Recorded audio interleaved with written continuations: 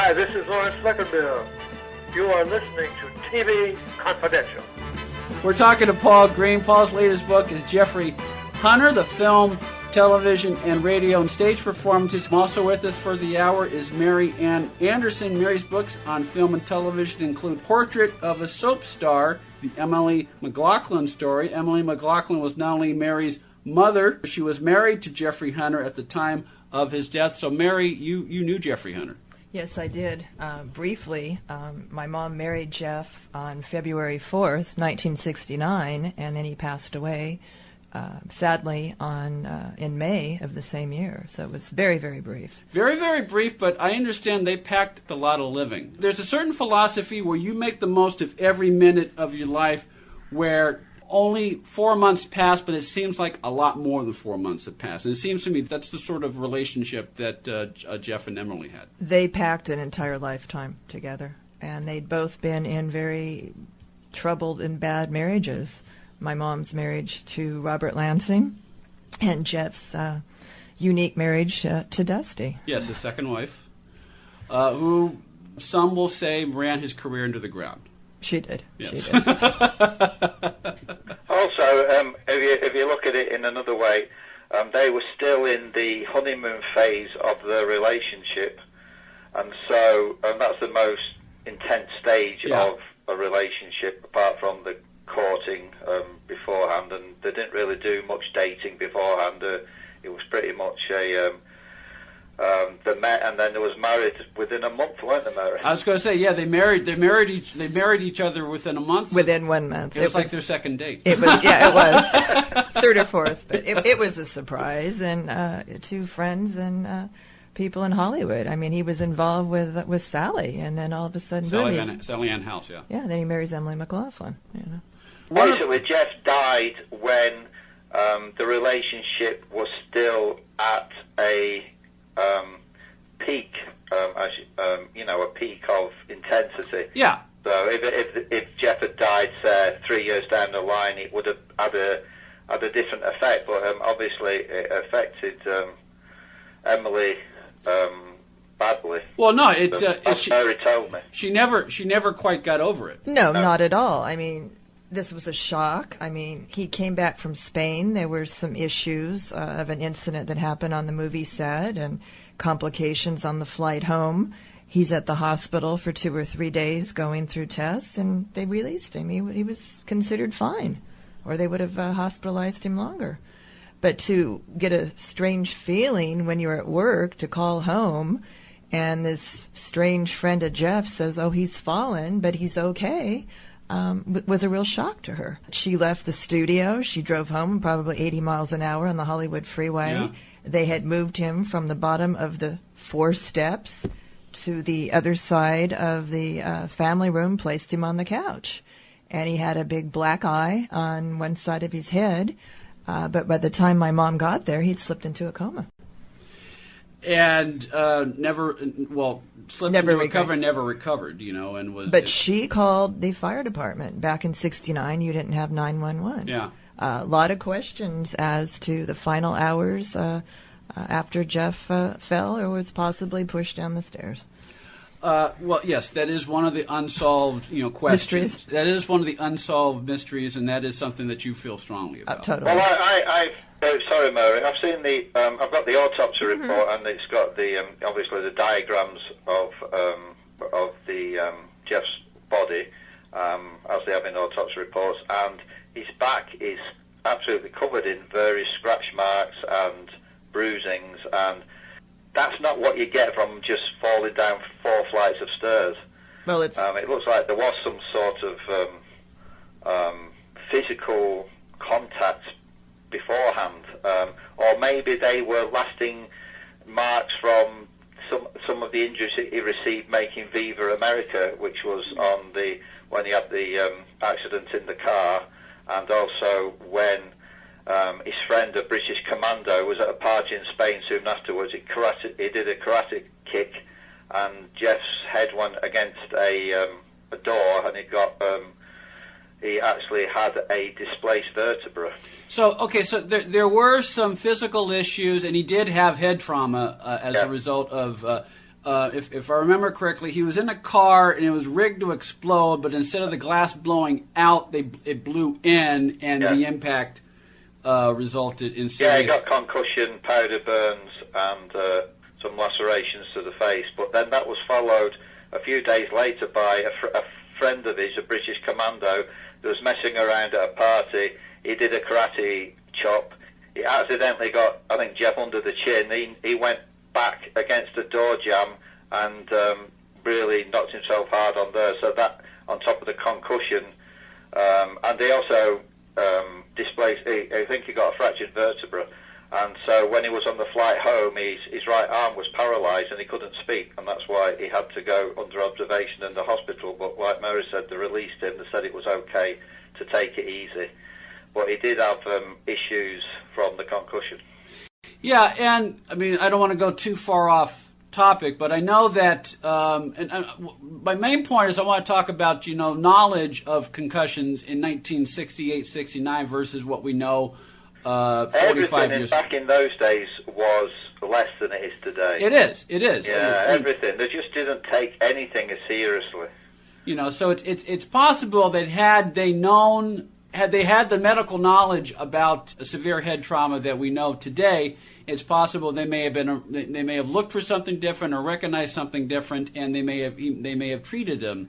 Well, they may have kept him under observation more than a couple of days. Exactly. So it's just you can't blame that, but it's speculation. But I do a radio talk show. Half the time is speculation. So. But if something, well, I mean, it could have been at the top of the flight of those 4 stairs and just came over because of this concussed state, and he could have just swooned and fallen over. But there's still a lot of damage to his back in terms of. I mean, some of those marks could have been where it was dragged along the floor.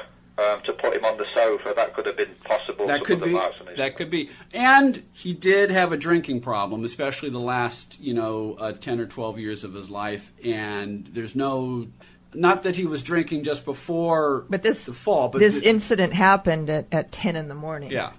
No, but my point is, collectively, alcohol has a cumulative effect if you drink as heavily as he did, so. Right, if you mix it with concussion and whatever, it could create a point where you could actually lose your balance and fall. But if you look at the injuries to his head on the autopsy report, that they seem so more severe than what you would get just falling down 4 flights of stairs. Sure, he has a fractured skull in the forehead, and he has a fracture at the back of his head as well, which could have happened maybe from the karate chop when he fell up against the wall. That's right, Mary. It looks like it could be another case of the hospital being negligent and not X-raying his skull. We're talking to Paul Green. Paul's latest book is Jeffrey Hunter, the film, television, radio, and stage performances. Comprehensive look at Jeffrey Hunter's career from his beginnings as a contract player at 20th Century Fox to his untimely death in May 1969 at the age of 42. Paul's book, as we mentioned, features a very, very touching foreword by actor Robert Conrad. Actor Robert Wagner. Jeffrey Hunter, the film, television, radio, and stage performances is available from McFarlandPub.com, Amazon.com, BarnesandNoble.com, TheVirginianTV.wordpress.com, and wherever books are sold online. Also with us is our friend Mary Ann Anderson. Mary's books on film and television include Ida Lupino, Beyond the Camera, and The Making of the Hitchhiker Illustrated. Mary also knew Jeffrey Hunter. Her mother, actress Emily McLaughlin, married Jeffrey Hunter just 3 months before he died in May 1969. And as we mentioned before, Mary also appeared in the documentary of Jeffrey Hunter produced by E! Entertainment Television for the TV series Mysteries and Scandals. And can I mention that Mary contributed to my book, and we had a lot of long conversations on the phone. Yes, Mary is one of the friends and colleagues or people who knew Jeff Hunter directly that Paul interviewed for his book, which we were talking about for this hour. Stay with us, folks. We'll be right back. This portion of TV Confidential is brought to us by our friends at Front Porch Realty, the community of realtors in the Northern Bay area of California that is committed to finding the solution that is best for their clients. Whether you're a first-time home buyer, or looking to sell or lease your property in Northern California, call Karen Strain at 415-886-7411 or visit FrontPorchRealtyGroup.com for more information on how they can help you. One more item. If you're starting a company, particularly one that is in an emerging market, you know that averting any sort of legal dispute is crucial to your business plan. Our friends at Tectonic Law offer an array of services that can help you avoid and preempt future litigation while also developing and protecting your intellectual property and intangible assets. Tectonic Law serves the needs of a host of emerging industries throughout California and beyond, including industrial designers, beverage makers, artists, farmers, retail stores, health practitioners, wellness experts, cosmetics manufacturers, nonprofit organizations, innovators in sustainable practices, and libraries. Go to tectoniclaw.com to learn more about how Tectonic Law can help your business thrive.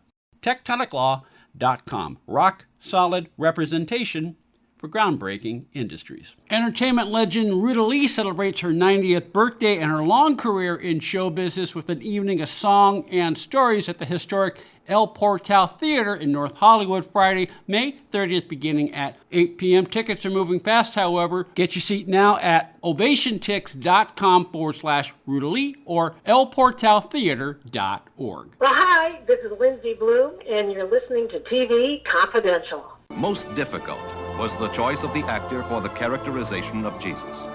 It was only after months of consideration that Jeffrey Hunter, young American actor, was chosen because of his rugged strength, personal integrity, and the humility and devotion with which he regarded his role. You had a question, I wasn't sure whether it was you or you had a question, Mary, about the medical treatment. Paul, do you know what exact medical treatment he received after the car explosion in Spain? I mean, did they hospitalize him? Did they just apply first aid? Do you know? No, I didn't. I couldn't get any research. Yeah. I couldn't get any research on that. Apart from the accident, I couldn't get any research on that film at all. It's very hard getting any research on a lot of these overseas films that he made in Europe. From what my mother told, they ran out of money, didn't they, when they was doing the production? So I don't know what treatment he had. I would imagine there would have been people on the set who saw to him. But if you look at the way sports people are treated regarding concussions, even today, they look at them, to see if they got blurry vision, and then they just put them back on the field, and then it's only later that they might collapse. Right. So it's only in the last year or so that how drastic concussions can be. You know, when all these football players have started to sue the league and stuff for the damage that they've received from concussions over the years, that people are taking it seriously. In those days, if you had a concussion, you just sort of looked to see if you had blurry vision and if you could stand up straight. That was about it. I don't have any more information on that film at all. Now, when he came back and he was in the hospital, they did a CAT scan on him. They couldn't find anything, according to my mother. Oh, yeah, they did do a CAT scan. Yes, they did. They found nothing at that time. They didn't find any skull fractures or anything. Right. No. At that time. So then you have the incident at home, and you have the autopsy report that shows 2 skull fractures. Yeah, no. Those would have showed up at the CAT scan. You would think so. They would have. You would think so. Well, you mentioned to me that he may have fallen forward, banged his head on the banister or at the top of the stairs, fallen backwards, and then banged the back of his head as he fell backwards. He also possibly overturned a planter. There was a planter broken at the top of the steps. But you got to remember, when he first died, it came out that he was drunk and fell down a flight of stairs. I know, These are 4 steps. Stairs, yeah. Another report said he had a hemorrhage, and his mother confirmed this in a newspaper report. But from talking with you and other people, I know that the hemorrhage was after the fall, not before the fall. And the autopsy shows blunt force trauma to the head, which caused the hemorrhage. Yeah. And if that happened 2 or 3 or 4 weeks ago in Spain, or the karate chop, or both, or the issue on the plane and the stroke, to live that long doesn't really make any sense. Well, it was like fate in that last year or last 6 months of his life. It's like fate was stacked against him. He had so many things happening to him. He also had the turkey fat incident, didn't he, where he burned all his legs.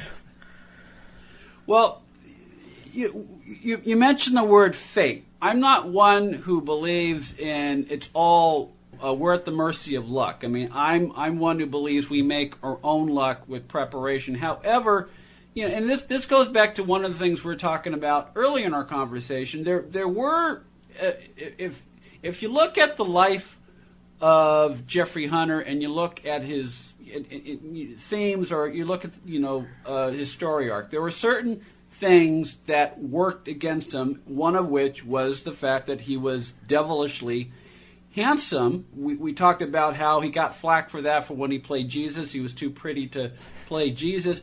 Going back to the final year of his life, he was up for the role of Mike Brady in the Brady Bunch, and once again, he was too good. I mean, if I understand it correctly, he was turned down because Sherwood Schwartz thought he was too handsome. Yeah, I talked to Sherwood Schwartz's son, Lloyd Schwartz, and Lloyd was there at the audition, and Lloyd wanted Jeff Hunter for the part. He thought he was perfect.